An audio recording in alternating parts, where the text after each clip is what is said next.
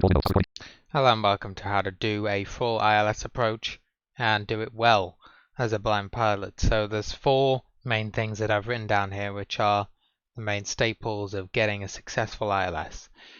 Certainly without these you can go with tramp and hope for the best, but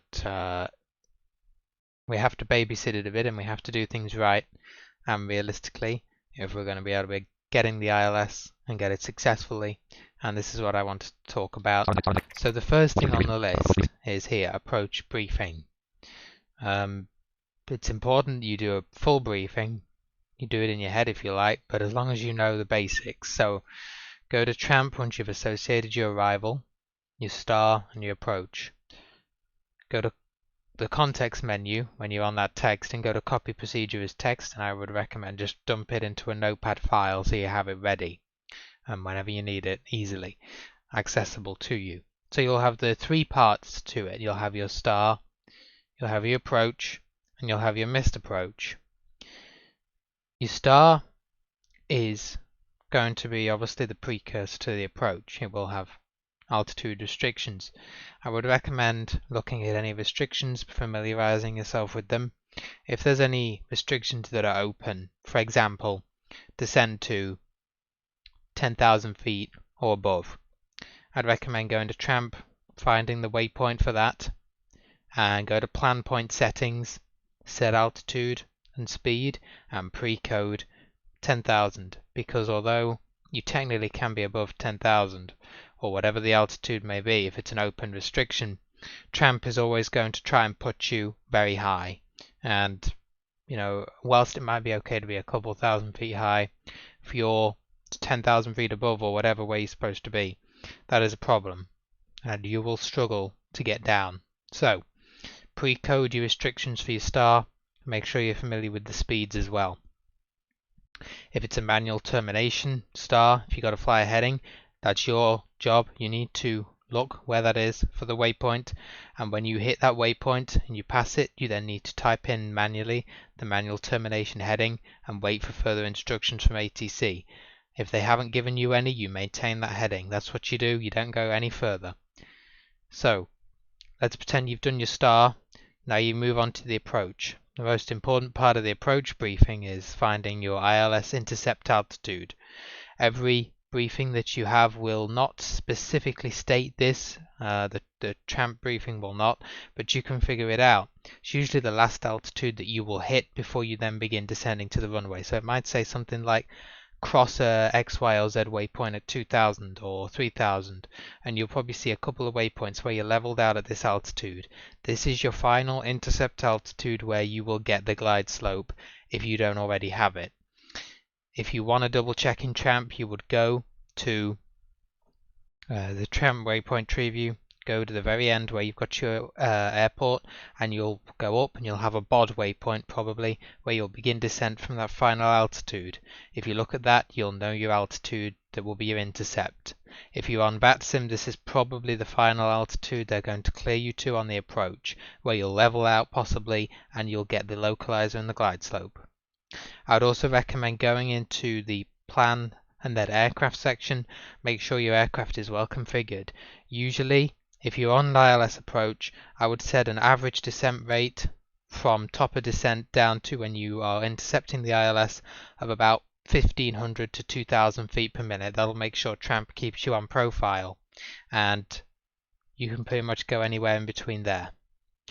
I wouldn't go any more than that, otherwise you'll start gaining a lot of speed, and it's not advisable to do so, only if you really need to. So once that has done, the third part of the briefing you should do is your missed approach. This is what you'll do if you have to go around. This is not really related to getting a good ILS, but it is important to do on your briefing. So you will look at the heading you're supposed to maintain if you were to do a missed. Usually it's runway heading up to a certain altitude, and then you'll look and there'll probably be a turn you'll have to make. There might even be some waypoints. Don't worry too much about the waypoints as such. Can't really put those into tramp anyway without a FAF. So the most important thing is to know your heading and where you need to turn. So as long as you know basically, okay, I need to maintain runway heading till 1,000 feet, then I need to make a right turn to heading 260 at 3000 feet. As long as you know the basics, you'll be fine. And then you can simply ask ATC for vectors. But you've done your approach briefing, you know the three parts of it. I would also recommend double checking what your ILS frequency will be for the runway. Once you've associated the approach, you can go to tramp, go to the bottom, go to your destination airport, listen out for it to read you the frequency on that line. It will read it out. You need to probably write that down as well. Next thing is related. Tune nav1 at 10,000. So you're through 10,000, you've slowed to 250 or less, you're all set up. Whilst you've got some time on your hands, tune your nav1 frequency.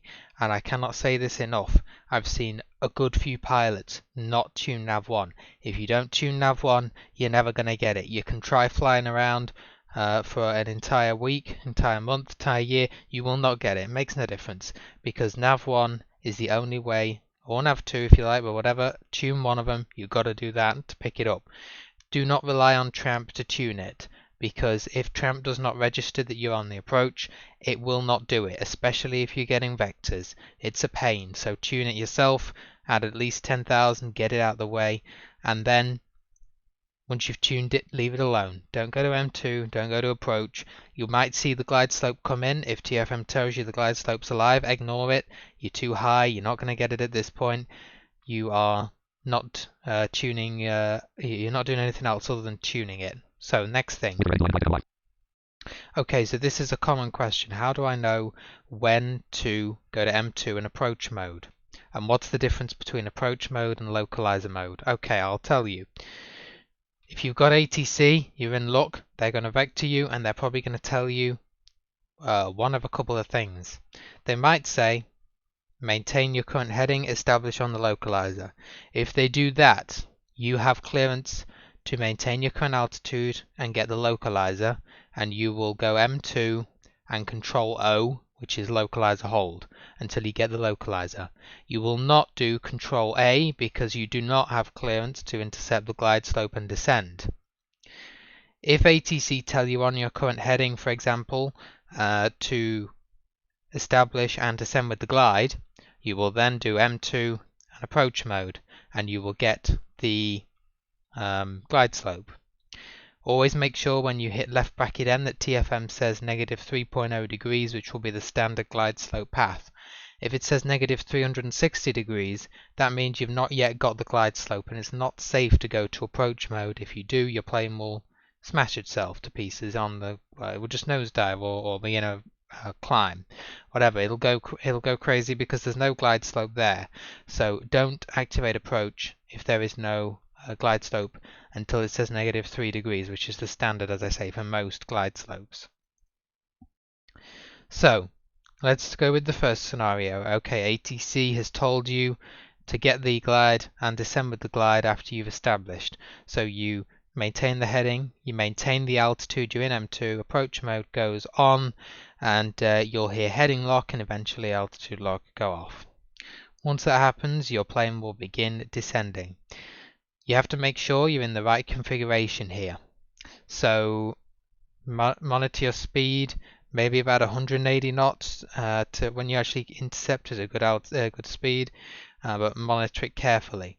What obviously you need to know is that flying an airplane is all to do with your power and pitch. If you dump all your flap at once, you are probably going to struggle, and it will require a lot of correction on the part of the glide slope. So I'd recommend being slow and steady. A good thing with, say, a 737, which is obviously a very popular aircraft, is flaps 15, gear down by about 2500, and then you can go flaps 25, flaps 30, for example, to help bring the speed back as you continue descending. The glide slope will descend you nice and slow, usually about -700 FPM, something like that. Maybe less, maybe a bit more, but if it's a 3-degree glide, it will be a nice steady descent, and then obviously your auto land gauge will kick in and you'll touch down. Sometimes you will have ATC, but they might not have leveled you out. So sometimes they'll level you at 3000 or 2000, whatever, and you'll stay there, and then you'll get the glide and you'll descend. But sometimes they might have you very high, and you will be descending as they tell you to try and intercept. Maybe they forgot about you or something like that.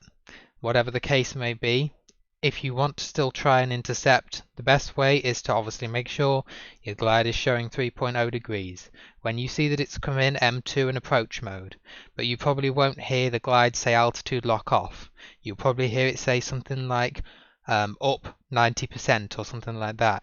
So the glide instrument is a needle basically in its most basic form, and you are chasing it basically. So if you're up 90%, you are 90% high on the glide and you need to increase your descent to intercept it.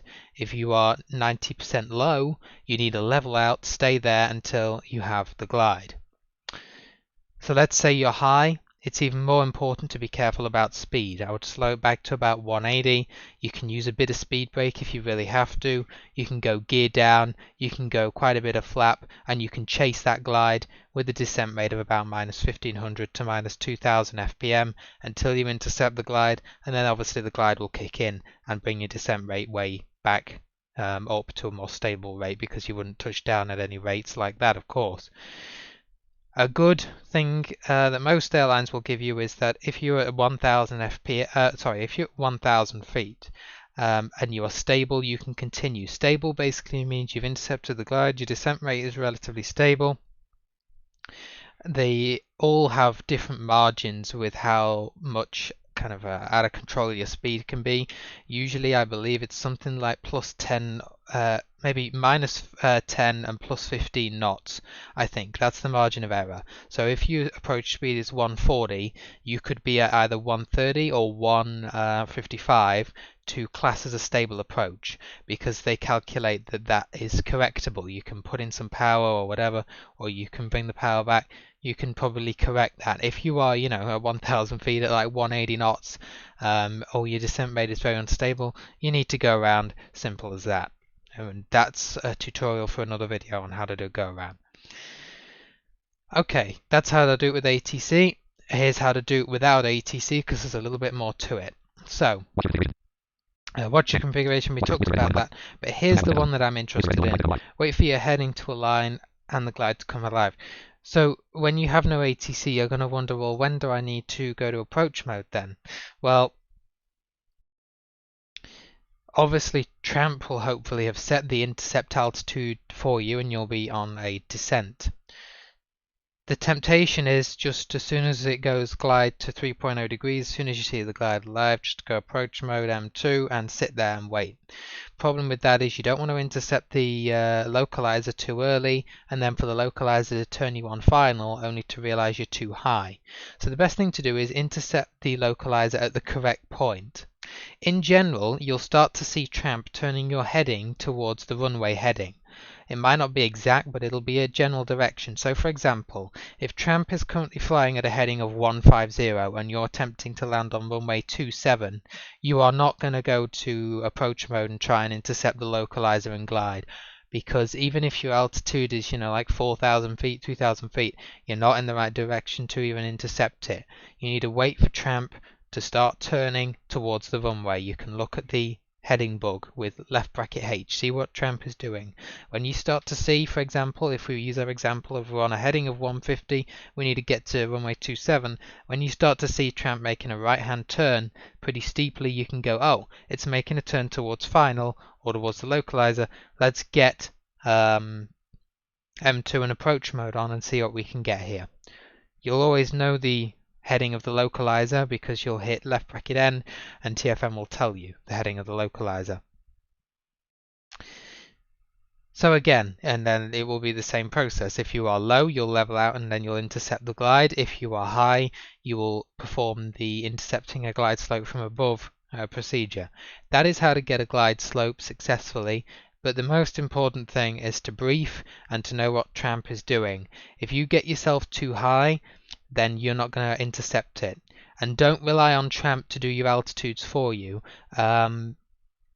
If ATC's told you to descend, or you know you should be at 3,000 feet at a certain waypoint, you can see all the altitudes that you should be at in that tree view, that waypoint tree view. You can see all of them listed there. You can see each waypoint and exactly what altitude you should be at. It's like a VNAV profile.